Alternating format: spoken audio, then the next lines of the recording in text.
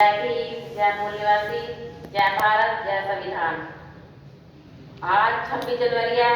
हम सब यहाँ इकट्ठे हुए हैं, लेकिन हम PS4 का कार्यक्रम रखा है हमने, जिसके तहत सम्मान, सुरक्षा और संवर्धन। आज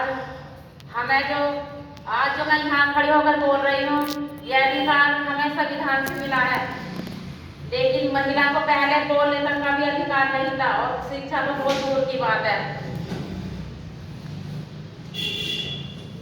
यह जन जागरण हमें घर घर तक पहुंचाना होगा।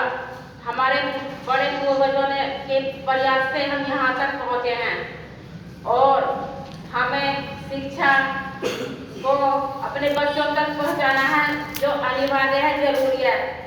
मैं ये कहना चाहती हूँ कि सभी को शिक्षा पर ध्यान देना चाहिए और नारी का जो सम्मान मिला है वो हमें संविधान से मिला है। जय भीम, जय मूल्यवासी। बहुत अच्छा।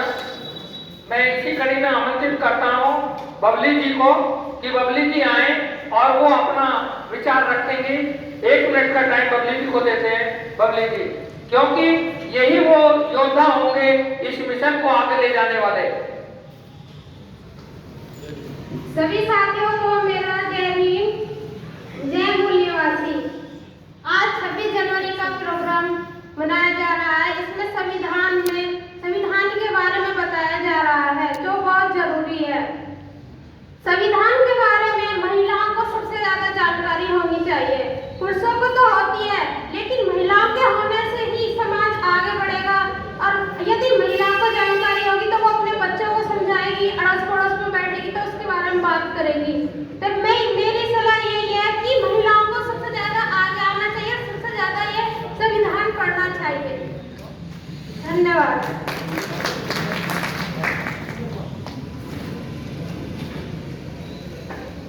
बहुत बढ़िया, धन्यवाद। मैं अभी इसी कड़ी में 2 मिनट का समय देकर आमंत्रित करता हूँ मूल्यवासी विजेंद्र भास्कर जी को। वो आए और अपने विचार रखेंगे PS4 door to door mission 24 पर। 2 मिनट का समय। सभी के जय भीम, जय मूल्यवासी। आज का मिशन है हमारा PS4 door to door mission 24। मैं जब तक हम लोग घर घर नहीं जाएंगे, हमें सब अभियान को लेकर घर घर नहीं जाएंगे, तब तक इसके बारे में कुछ भी नहीं कर सकते। हमको घर घर जाके कम से कम 2-4 लोगों को इकट्ठा होकर घर घर जाना है और हर मोहल्ले में, गलियों में हमें कमेटी बनानी है, जिसका हम PSA बोलते हैं, पब्लिक सोशल एक्शन कमेटी। तो हमको ये सबसे पहले हमारा अभियान इसी बात से शुरू होगा। हम कितने भी भाषण में कुछ भी कर लें, जब तक हम घर घर हम इस बात को नहीं पहुंचाएंगे तो हम कुछ नहीं कर सकते। हमारा PS4 अभियान यही है कि हम घर घर जाएं, लोगों को समझाएं कि भाई हमारे संविधान के बारे में क्या है।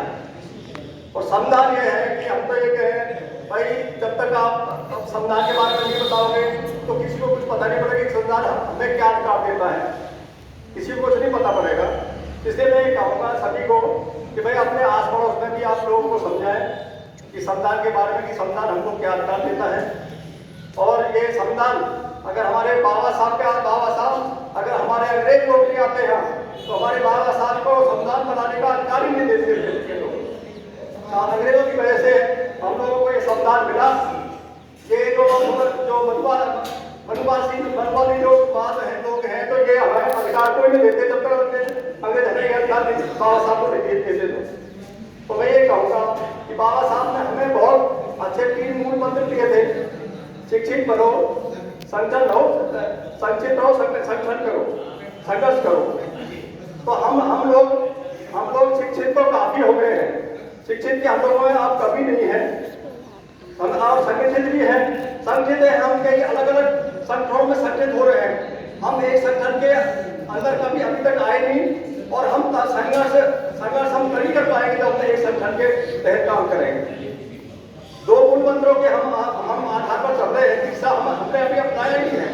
तीसरा जो हमारा मूल मंत्र है संघर्ष करने का, वो हम लोग नहीं कर पा रहे जब तक हम संगठित नहीं होंगे। संगठित होना और हम पढ़े लिखे होंगे, ये सब लोग संगठित होंगे तो संघर्ष को कर पाएगा। सर हम इसलिए हम पीएस बोर्ड के तहत हम सभी संगठनों को मिलाने की हम कोशिश कर रहे हैं कि हमारे जितने भी हमारे एरिया के संगठन हैं तो उनको हम मिला के उनके तहत सब मिलकर हम काम करेंगे। हम पीएस बोर्ड को अभियान को आगे बढ़ाएंगे। और मेरा तो यह है कि जो भरा नहीं है भावों से, जिसमें संविधान से प्यार नहीं, वह हृदय नहीं, वह पत्थर है जिसमें संविधान से प्यार है।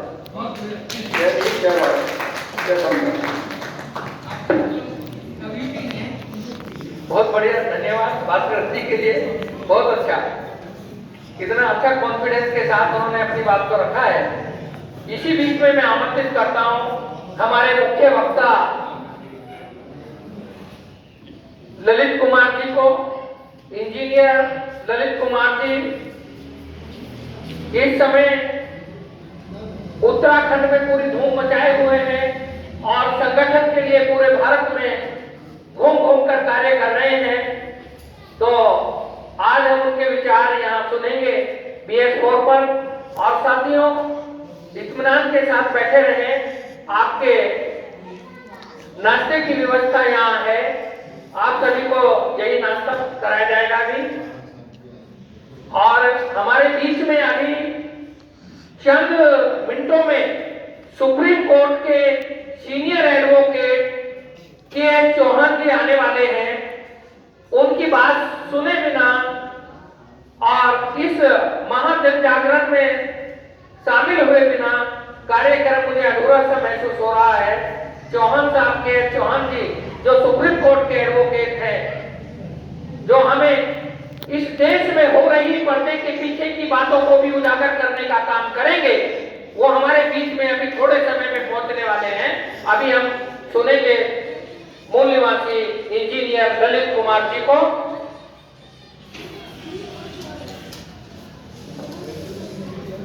जोरदार तालियों से उनका स्वागत है। सर्वप्रथम आज इस door to door BS4 mission 24 BS4 महाजन जागरण अभियान के तहत जो पूरे देश में आज इस 26 जनवरी को गणतंत्र दिवस के रूप में, तो कहीं देश में संविधान दिवस के रूप में इस अवसर को मनाया जा रहा है। मैं भी आप सबको, हमारे सभी पुरखों को नमन करते हुए कुछ बातें आपके सामने रखना चाहता हूं कि आज पूरा देश में जो संवैधानिक संस्थान है उनमें इस गणतंत्र दिवस को मनाया जा रहा है और उसका जो स्वरूप है वो सिर्फ देश की आजादी की गौरव गाथाओं को गाने में, दिखाने में, लगाने में व्यतीत किया जा रहा है। लेकिन इस समाज का एक बहुत बड़ा, इस देश का एक बहुत बड़ा एक वर्ग है जो इसके मूल अस्तित्व को उजागर करना चाहता है कि ये अवसर गणतंत्र दिवस का सिर्फ नहीं है, ये इस देश को संविधान लागू किया गया तो इस देश को संविधान दिवस दिया गया है, इसी तौर पर मनाना चाहिए। लेकिन मैं कोई संविधान का कोई विशेषज्ञ नहीं हूं, लेकिन मैं कबीर को याद करता हूं और कबीर साहब कहते हैं कि तू कहता कागज लेखी, मैं कहता आखन देखी। तो मैं अपनी बात संवैधानिक नजरिए के साथ में फूले अंबेडकर की विचारधारा, उनके आंदोलन और मिशन के आधार पर इस देश में मानवतावादी दृष्टिकोण के साथ में आपके सामने रखूंगा। और जब बात संविधान की है तो सबसे पहले जरूरत है कि इस देश में जो संविधान हमारा जो लागू है उस संविधान को किस तरह से समझने की शुरुआत करनी चाहिए।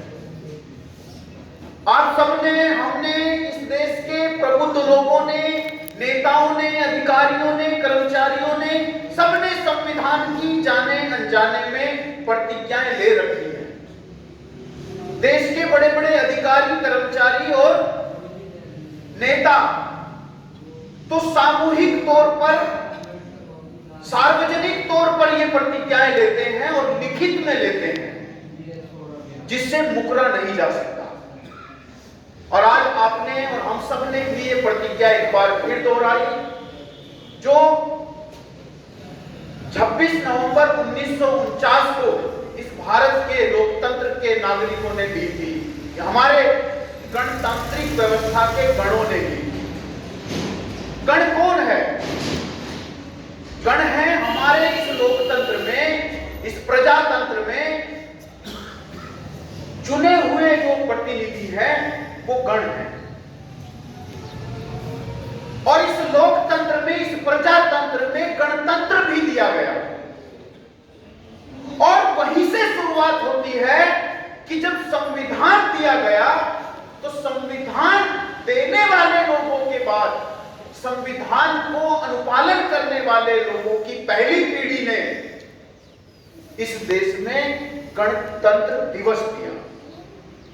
मतलब वो इतना चालाक निकल रहा है कि उसने अपने को ही समर्पित कर दिया पूरा संविधान का ये अवसर, गणतंत्र दिवस, और होना संविधान दिवस चाहिए। मतलब चालाक कितना है कि लोग गणतंत्र दिवस मनाएंगे कि भाई ये लोकतंत्र से ज्यादा गणतंत्र है, गणों का तंत्र है। और ये गणों का तंत्र सिर्फ नहीं है, ये गण किसके कंट्रोल में होना चाहिए? जन के कंट्रोल में होना चाहिए। लेकिन जन के कंट्रोल में, जन के सामने कब तक ये झुका है? जब तक वोट नहीं जाता, तब तक बटन नहीं दबता, तब तक मोहर नहीं लगती, तब तक तो वो आपके पैर छूता है, नमस्ते करता है, जय भीम करता है, सलाम करता है। लेकिन जैसे ही वोट डल जाती है फिर कौन पैर छूता है? फिर प्रजा पैर छूती है, प्रजा नमस्ते करती है। तो इस देश में जनता को सही चीजें नहीं दी जाती है, सही चीजें नहीं दी गई और इसलिए संविधान के अर्थ को जनता तक नहीं जाने दिया। संविधान जहां बराबरी का विधान हो, बराबरी का कानून हो, नियम हो, और एक होता है विधान। विधान कुछ भी हो सकता है, किसी के लिए अच्छा हो सकता है, किसी के लिए बुरा हो सकता है, किसी के लिए अलग हो सकता है और दूसरे के लिए अलग हो सकता है। तो ये देश में संविधान क्या पहले नहीं था? तो आपको पता चलता है कि इस देश में पहले संविधान नहीं था। कुछ लोग जब संविधान की बात करते हैं तो समझाते समझाते ये समझा बैठते हैं कि भाई 1950 से पहले अंग्रेजों का संविधान था, अंग्रेजों से पहले मुगलों का संविधान था और मुगलों से पहले आर्यों का संविधान था। मनुस्मृति थी, मुगलों के इस्लामिक कानून थे, तो वो संविधान नहीं थे, वो विधान थे। विधान जो आर्यों का विधान था, मनुस्मृति थी, वेद थे, पुराण थे, स्मृति थी, उनके तमाम धर्म ग्रंथ थे, उनमें ब्राह्मण के लिए अलग कानून था, क्षत्रिय के लिए अलग था, वैश्य के लिए अलग था, शूद्र के लिए अलग था, लेबर के लिए अलग था, मालिक के लिए अलग था। आज ऐसा नहीं है। इस देश के कॉन्स्टिट्यूशन में, संविधान में सबको समान अधिकार दिए गए, एक वैल्यू दी गई कि एक झाड़ू लगाने वाले की भी, एक झाड़ू बनाने वाले की भी, एक झाड़ू बेचने वाले की भी और एक झाड़ू दिखा करके लूटने वाले की भी वैल्यू एक होगी। सबकी वैल्यू बराबर है, सबकी अभिव्यक्ति की आजादी अभी इस संविधान की प्रस्तावना में लिखा है। लेकिन ये संविधान इस देश की जनता तक नहीं पहुंचाया और जिसकी ये जिम्मेदारी थी, जिन्होंने ये प्रतिज्ञा ली थी कि हम भारत के लोग भारत को एक संपूर्ण प्रभुत्व राष्ट्र बनाएंगे, लेकिन ये बात जब जनता तक नहीं जाएगी तो फिर कैसे ये देश ये एक राष्ट्र बनेगा, संपूर्ण प्रभुत्व राष्ट्र बनेगा? तो जब देश की जनता तक ये बात नहीं गई तो आज ये देश है, राष्ट्र नहीं है। ये भारत एक देश है, राष्ट्र नहीं है। और जब संविधान को आप खोलते हो, पहले पन्ने पे लिखा है हम भारत के लोग, और आपको संविधान की वैल्यू नहीं पता, आपको संविधान की अहमियत नहीं पता। क्यों? क्योंकि वो अंबेडकर जैसे विद्वान दोहरा रहे थे, जो लोग अपना इतिहास नहीं जानते वो इतिहास ही नहीं रख सकते, वो जिंदा ही नहीं रह सकते। और यही वजह थी कि क्या जो आज की आजादी, आज की स्वतंत्रता, आज की अभिव्यक्ति, आज की जो हमें जो मजबूती मिली हुई है, क्या ये पहले थी? तो आप उनको पढ़िए, समझिए, तो आपको पता लगता है कि बिल्कुल अलग दुनिया थी। ऐसे बैठ के सुन नहीं सकते थे, कपड़े नहीं पहन सकते थे, आजादी से घूम नहीं सकते थे, महिलाएं चार दीवारी से बाहर नहीं निकल सकती थी, सिवाय बच्चे पैदा करने की मशीन बनने से ज्यादा या इस देश में खूबसूरती का एक नमूना बनने से ज्यादा। और आज एक औरत, एक महिला, एक लड़की, एक पुरुष से कम नहीं है। ये सिर्फ 50 सालों में, 60 सालों में, 70 सालों में इतनी तेजी के साथ हुआ कि एक औरत जो घूंघट से बाहर नहीं आ रही थी, एक औरत जो चार दीवारी से बाहर नहीं आ रही थी, एक औरत जो स्कूल में नहीं जा सकती थी, वो औरत, वो लड़की, वो बेटी आज इस देश की सबसे टॉप कुर्सी पर बैठी, इस दुनिया की टॉप कुर्सी पर जा रही है। क्यों ऐसा हुआ? तो उन्होंने देश के संविधान को पहले पन्ने पे दिया हुआ संदेश कि हम भारत के लोग भारत को एक संपूर्ण प्रभुत्व राष्ट्र बनाएंगे और हम इस देश के लोग, इस देश के नागरिक अब तक भारत के लोग नहीं बन पाए। आज भी हमसे कोई पूछता है कि भाई आप कौन हो, तो आप सबसे पहले बोलते हो कि मैं ललित, तो इससे किसी का पेट तो नहीं भरता है। तो आपसे पूछता है वैसे तो आप ललित हो, लेकिन वैसे कौन हो? फिर आप क्या बोलते हैं? आपने अपनी एक पहचान बताई कि मैं ललित, लेकिन वैसे कौन हो? तो आप क्या बताते हैं? हम क्या बताते हैं? तो हम बताते हैं अपनी जाति, अपना धर्म। हम हिंदू हैं, मुसलमान हैं, लेकिन हम इंसान नहीं हैं, हम भारत के लोग नहीं हैं। और आज इस वजह से, इस भूल की वजह से, इस चालाकी की वजह से कि इस देश के संविधान की मंशा को इस देश के लोगों तक नहीं जाने दिया कि ये भारत का संविधान हम भारत के लोग बनाना चाहता है। पूरे देश में कहीं घूमो, किसी से भी पूछो, चौक चौराहे पे, स्कूल में, कॉलेज में, अस्पताल में, ऑफिस में, सार्वजनिक स्थलों पे, मंदिर में, मस्जिद में, सब जगह जाके पूछो कि आप कौन हो, तो कोई चमार कहता है, कोई पासी कहता है, तो कोई दगरेट चमार कहता है, कोई दगरेट गुजर कहता है, कोई दगरेट हिंदू, कोई दगरेट मुसलमान कहता है। लेकिन एक इंसान नहीं मिलता है कि कोई अपने आप को भारतीय कहता है, कोई नहीं मिलता। ये बिल्कुल आंखन देखी है, कागज लेखी नहीं है, ये किसी किताब में पढ़ने को नहीं मिलता है। और इसकी वजह से क्या हुआ? इसकी वजह से हम जो भारत की एक गणराज्य, एक संपूर्ण प्रभुत्व राष्ट्र कैसे बनेगा?